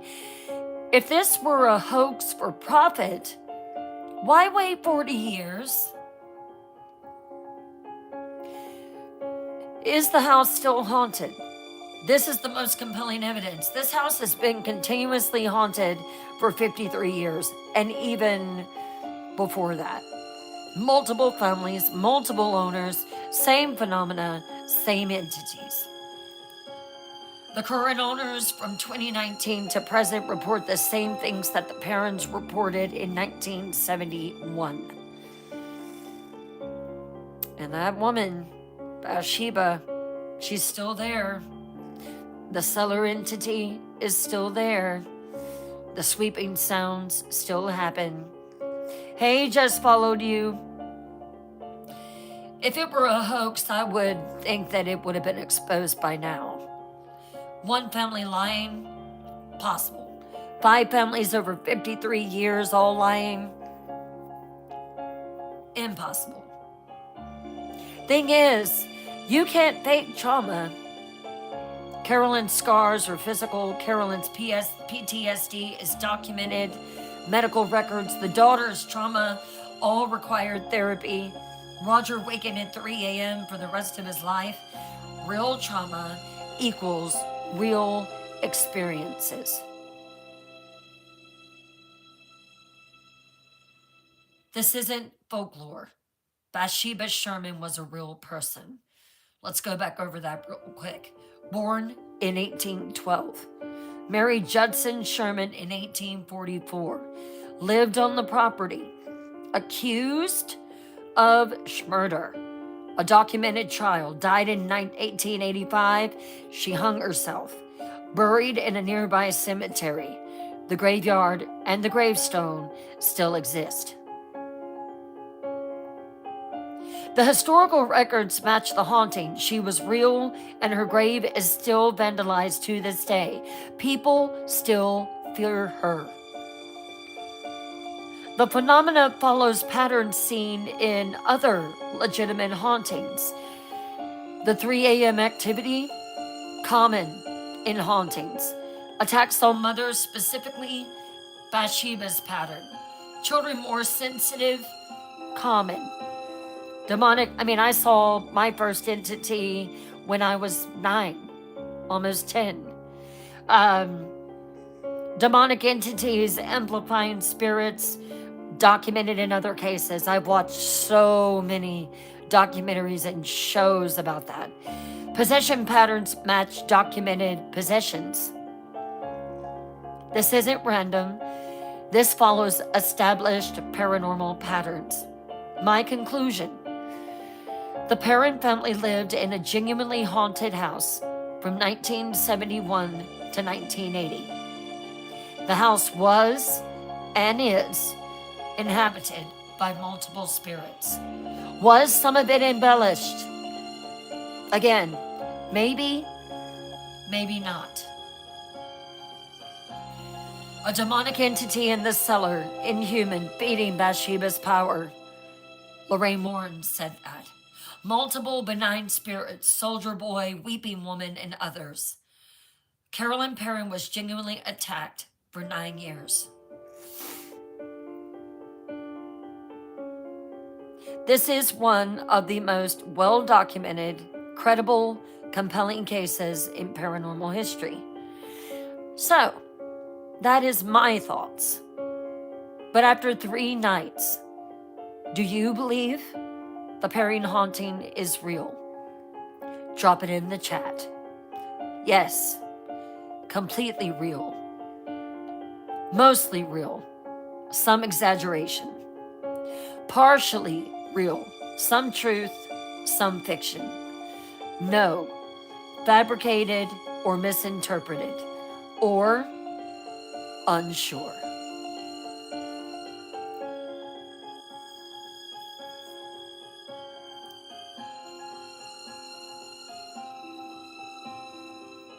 She isn't. X just put it in the notes. Julie just put it in the notes. She is buried in the Harrisville Cemetery in Burryville, Rhode Island. Elevated Goddess says it may have become a portal. Yeah. Too Tweet to Believe says yes, I believe it. Tigger says yes. Sandy says yes. Jackie says completely real. Martha says yes, it's real. Palm says yes, it's mostly real. Pink says completely. Bird Lady says real. Exotic Girl says yes. Hopi Love says yes. Real family story as told, real. Queen Loyal says yes. Julie, I believe. Cross Lady real. Lulu, partially. I appreciate your honest opinions.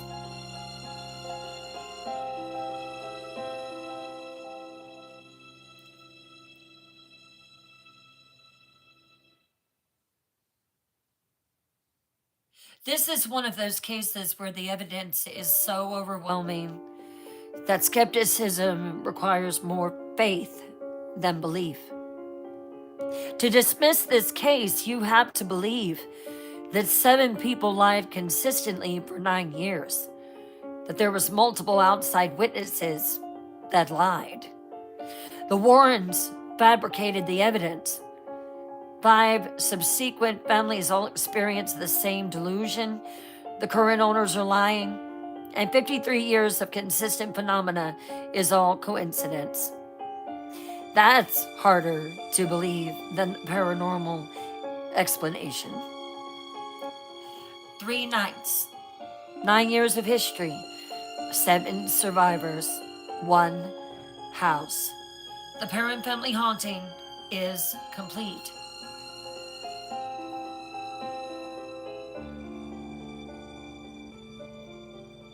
What is your biggest takeaway from this 3-night investigation, seekers?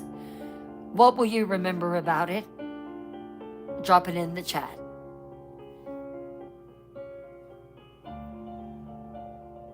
Ooh, the Devil's Hour on Prime. That sounds good. Watch Demon House, but protect yourself before and after. Tigger says, I would have burned it down when I left. That's me. Tigger says, a great story. Cherish says, everything. Kim says, everything about that house. I will remember everything. Elevated Goddess says that thankfully they all lived. Julie says, I will remember how hard you worked to bring us these amazing cases. Thank you. Bird Lady says that I just have more questions. I'm right. Shirley says the length of time that people stayed. Palm says, this was a great case, Bryn. Yeah, I love this one. Sandy says, them staying there for 6 years being physically hurt. I still can't wrap my mind around that. Anna says that it needs to be torn down. Lulu says, I know the story, but people amaze me. Leave the house. Yeah, leave it.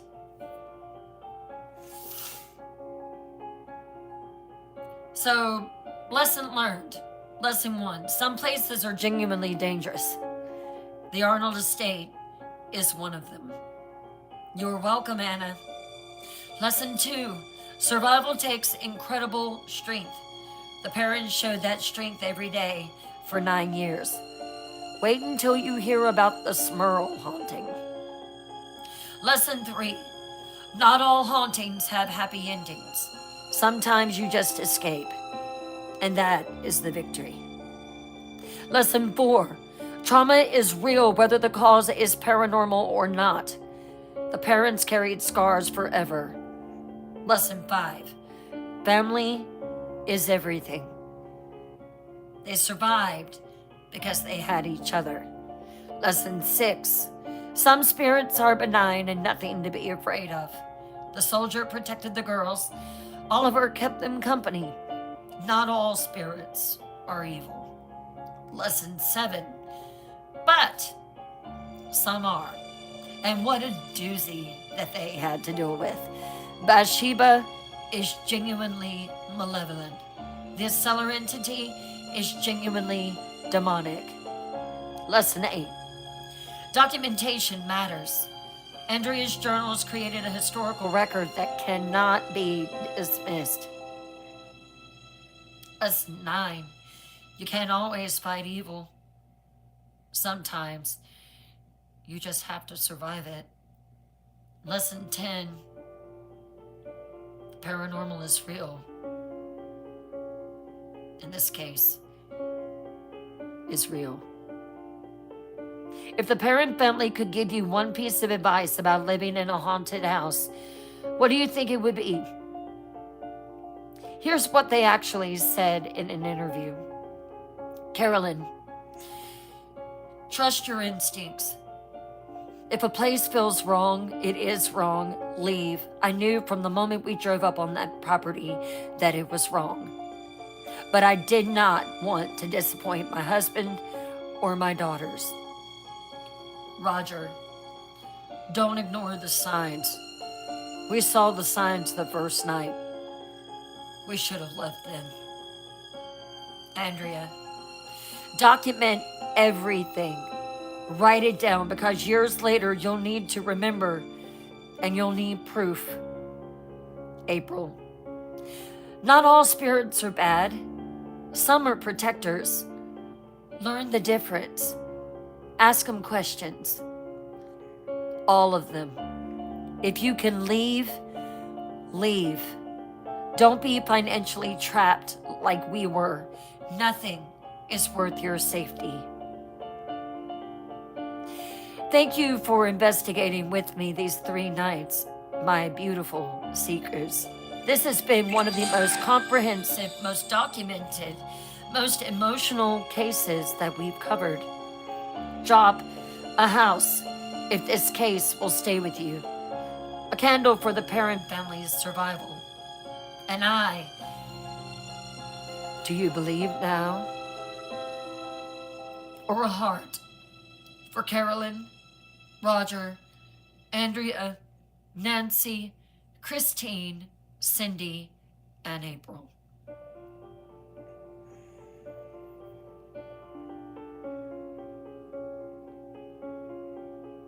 The Perron family doesn't need our pity. They survived. They're stronger than most people will ever be. But they deserve our respect, our compassion, our belief.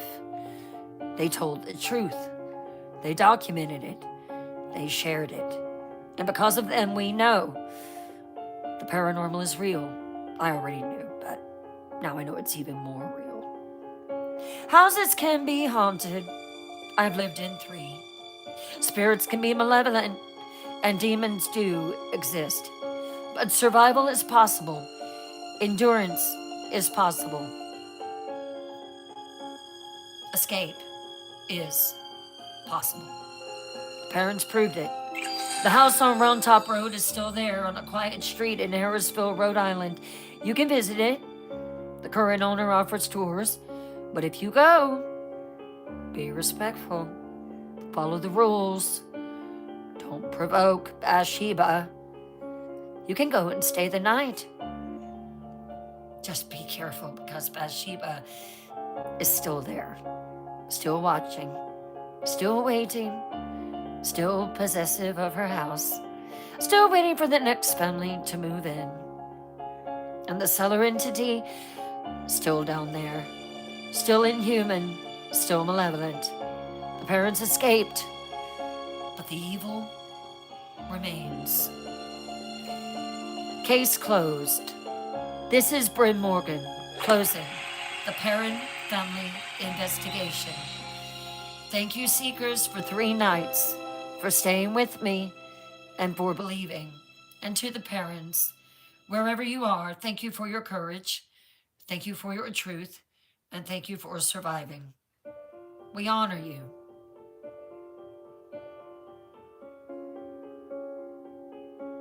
The house on Round Top Road. Stark silence. And then from far away, the sound of sweeping. Slow, rhythmic. 3 a.m. forever.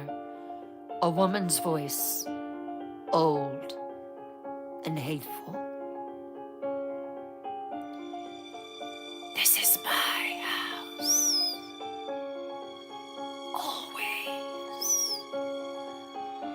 Forever.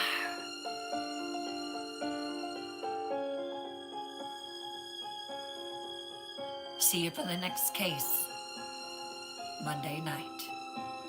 Have a great weekend. Stay haunted.